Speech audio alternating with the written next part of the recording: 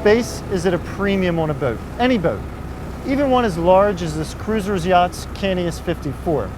So when a builder figures out a way to multi-purpose a space, it has a huge impact on the usability of a boat. Where I'm sitting right now is a great example. This is a seat, but it's more. Let me demonstrate.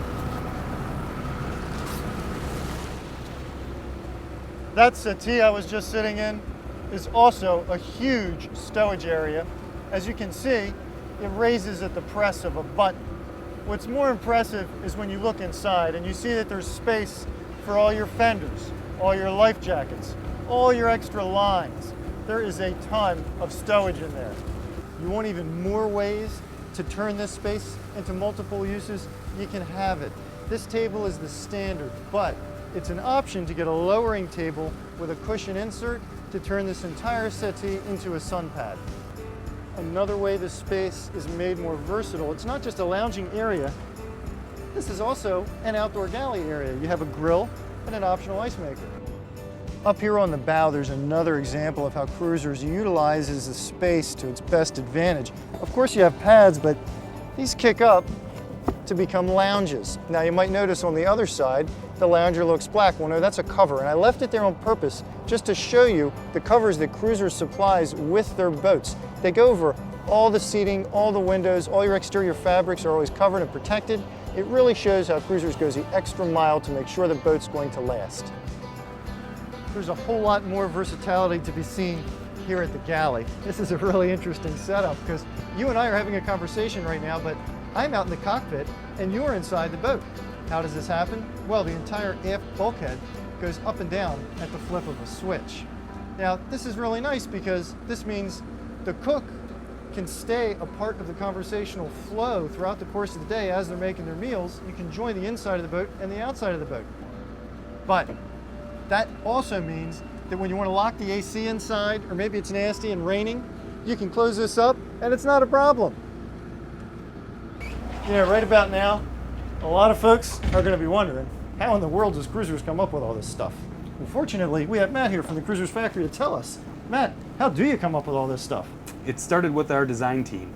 We took a design from our 45 Cantius and stretched it into a 54. And what enabled us to do that is we made a full-scale mock-up to fit all of the designs, the spaces, into this larger space. And how'd that affect, say, the dinette we're sitting at? The dinette on this boat is 3 times the size as it is on the 45. 3 times, even though the 45 is only 9 feet shorter. That is correct. Wow. Can you give me some other examples of how doing that mock-up stage helps? Our accommodations level, we were able to get a full beam midship master with good headroom all around, as well as a VIP and a 3rd stateroom. So it really helped in the layout of our accommodations level. One of the things I love about the 54 Cantius is this open air atrium design as you come down into the lower deck area. In fact, you can have it even more open than you see it right here if you liked. This 3rd stateroom right here can be optioned into a settee at no additional cost. After that atrium area, you have a wonderful full beam master, and you get perks like a nice big hanging locker, a fully enclosed private head, and of course the Monster Queen berth.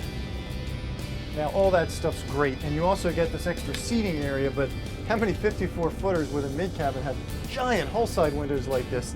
You let in natural light, you can pop them open and get a nice breeze. Gotta like that. The same is true in the VIP, where you not only have large hull side windows, but you also have multiple overhead skylights. All that stuff about the interior is great, but hey, you want your boat to perform too, right? The 54 we tested had a pair of Volvo Penta D8 IPS 800s in it. That means joystick control. That also means we cruised in the mid-20 knot range, and we topped out right around 30 knots. It's important that you notice that Cruisers spends just as much time making sure the engines are comfortable as they do making sure that you're comfortable. You come into the engine room, for example, and you'll see that every little item is marked from a roll water strainer to a bus bar. That makes maintenance easy, so it gets done and it gets done properly. There's another important detail. Notice how your fuel filters are all lined up right here, where they're really easy to service. Same goes for when you need to do an oil change. You have an oil exchange system right here. turn a few valves, flip a few switches, and boom, your oil's changed. We began our review of the 54 Cantius out here in the cockpit, and that's where we're going to wrap it up. Because to many people, the cockpit is the entertaining heart and soul of a cruising boat. And if you're looking for a cruising boat of the coupe variety and the 50-something size range, you probably should give a Cantius 54 a look.